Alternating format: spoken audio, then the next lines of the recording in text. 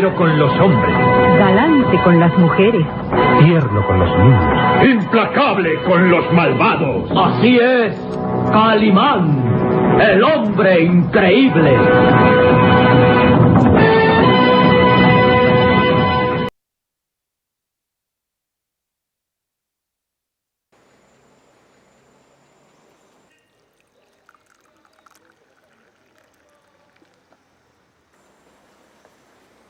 Gracias.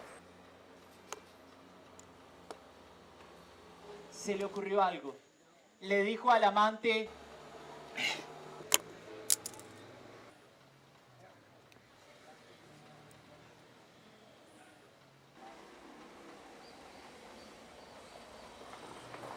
estoy pidiéndole que le pague con la moneda de más baja denominación que tenga en el bolsillo, porque eso es lo que ella se merece.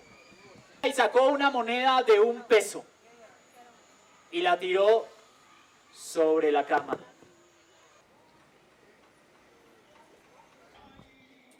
Y después de eso abrieron la casa y vieron lo que estaba sucediendo adentro. Don Juan estaba en un rincón, sentado. Estiraba la mano como tratando de agarrar algo, pero nada agarraba. Se lo llevaron al psiquiátrico. Don Juan murió. Y les voy a decir quién mató a Don Juan y quién mató a Carolina. Los mató el remordimiento. Piensen ustedes qué remordimiento tienen por allí, qué dolor y qué culpa, para que no se enloquezcan, para que no terminen como Don Juan el Loco. Muchas gracias. Johan Castellanos.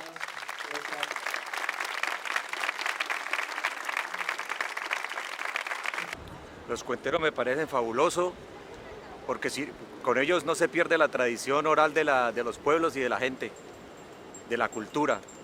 Pues me parece que es importante un espacio tan divertido en la ciudad y es variado porque, o sea, ellos lo que cuentan es como el diario cotidiano, sino que lo hacen de una forma más anímica para sacarle una sonrisa a los caleños.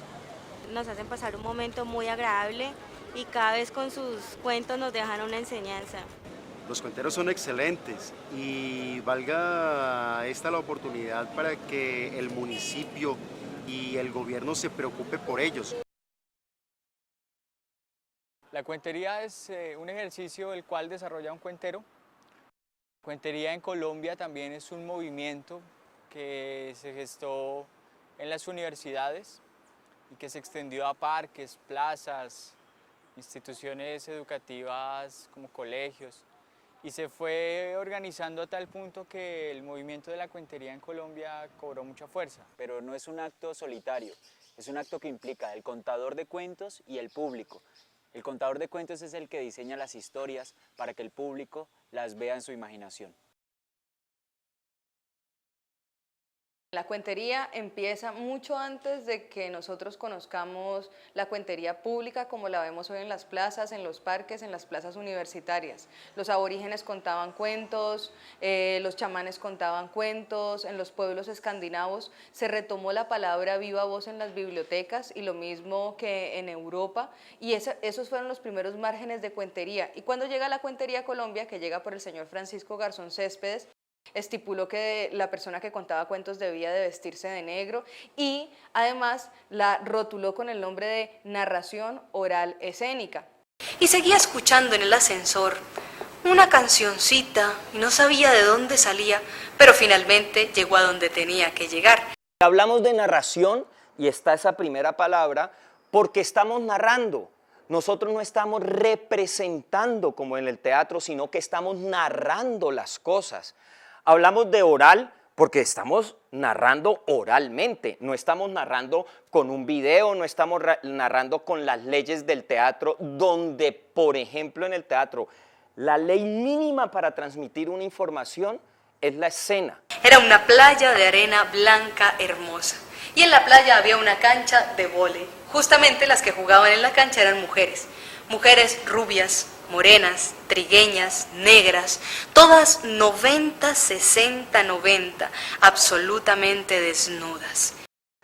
Cuando uno llega a un teatro contando cuentos, uno puede tener toda la oralidad que quiera en la palabra, uno puede tener toda la gracilidad, todas las metáforas, toda la entonación, toda la fonética, pero definitivamente aquel que se sube a un escenario está metido dentro de las reglas de la escénica. Y la escénica son tanto la danza como el teatro, como la poesía y la recitación de poesía y otras más modernas como por ejemplo el cine y las acciones plásticas o performance. La narración oral escénica es un arte propio de cualquier espacio en donde uno quiera contarse un cuento. Si yo me siento cuentera en un salón de clase, es propio del salón de clase. Si en este momento mi necesidad es contarlo en la calle porque tengo una necesidad económica o porque tengo una necesidad espiritual, emocional, lo puedo hacer en la plaza pública. Y si tengo las herramientas y las necesidades de contarlo en el teatro, se puede hacer propio del teatro.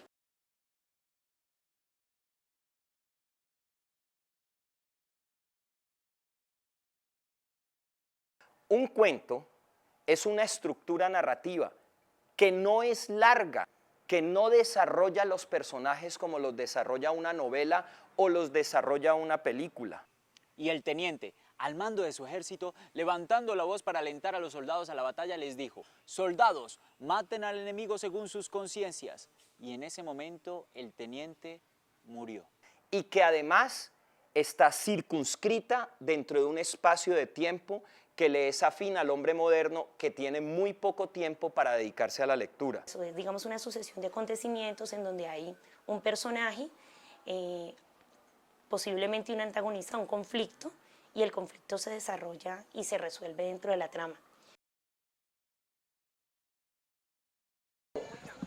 Sabe, estoy cansado de decir mentiras. ¿Por qué no nos vamos de acá y tenemos sexo descontrolado?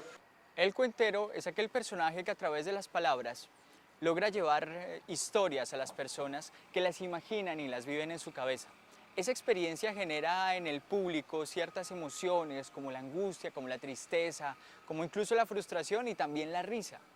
No es el fin del cuentero hacer reír, el fin del cuentero es hacer sentir, que la persona se estremezca junto con la historia, que sufra con los personajes, que logre desarrollar toda clase de sensaciones mientras el cuentero sigue contando la historia. Básicamente la formación de un cuentero está en la medida que él quiere formarse, y pienso que eso se realiza a través de trabajos como leer bastante literatura, leer noticias, leer todo lo que a uno se le atraviese, porque leer es fundamental para poder crear. Regalarle un libro, claro, parcero, porque cuando uno lee un libro, uno se desconecta de ese planeta y comienza a navegar bajo otras fronteras.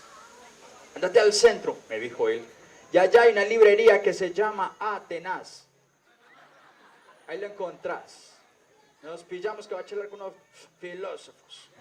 El ejercicio del escenario, las horas de vuelo que uno le llama, de tener contacto con el público, tener un buen mentor, creo yo. Todos hemos tenido buenos mentores. Todos hemos tenido un espacio que nos ha permitido crecer como narradores. Y tener la motivación constante, porque mucha gente se motiva o se anima mientras está en la universidad, pero se desmotiva cuando sale de ella. Pasé de ser estudiante de Derecho y Ciencias Políticas a un día apasionarme por el teatro y la cuentería, y decidí salirme de la facultad en séptimo semestre para estudiar licenciatura en Arte Teatral en Bellas Artes. Empezó a gritarle: «Te largas para tu infierno, vos sos el mismísimo diablo demonio».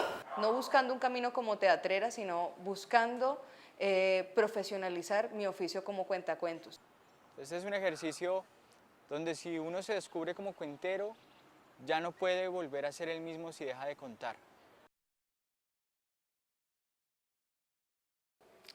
Los jóvenes que hoy en día escuchan cuentos y sienten interés por escuchar cuentos, lo hacen porque se sienten identificados con la historia. Los jóvenes que buscan hoy en día contar cuentos en las plazas públicas o en las plazas universitarias, lo hacen exactamente por el mismo interés, porque se sienten identificados con la historia y sienten una profunda necesidad de expresarse de una forma barata y ecológica. Para crear una historia uno puede basarse en infinidad de elementos, puede basarse en un libro, si lo ponemos como cuento, puede ser muy bacano, puedes basarte en la vida misma. Lo importante de ahí, como decía Gabriel García Márquez, eso es como los recuerdos, ¿no? Saber cómo se recuerda y cómo se cuenta ese recuerdo. Entonces muchas veces uno ya tiene como la materia prima ahí, como la historia, pero es el ejercicio que se pone de esa historia al nivel de relato lo que hace que el cuento se convierta en una historia que a la gente le logre gustar. Gracias a la cuentería he conocido gente muy importante, he conocido gente muy bonita, muy amable, he podido viajar, hemos estado en varios países por Sudamérica haciendo gira. Gracias a este oficio he ganado estatus y reconocimiento y ahora cuando ha pasado el tiempo me doy cuenta que lo mejor que pude hacer fue darme esa opción de ser cuentero. Recuerdo mucho una vez que un niño al terminar la función salió y me dio un abrazo así fuerte y se despidió como si yo hubiera sido el héroe de ese momento. Recuerdo gente también que en algún momento en algún cuento se le salió una lágrima porque se metió tanto en la historia que no pudo contener las lágrimas. Y creo que esas experiencias siempre lo marcan a uno.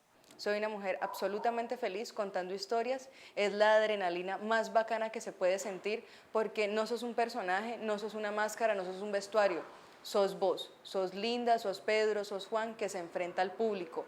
Un cuento uno no lo busca, el cuento lo busca a uno y lo que estás transmitiendo no es más de lo que vos sos.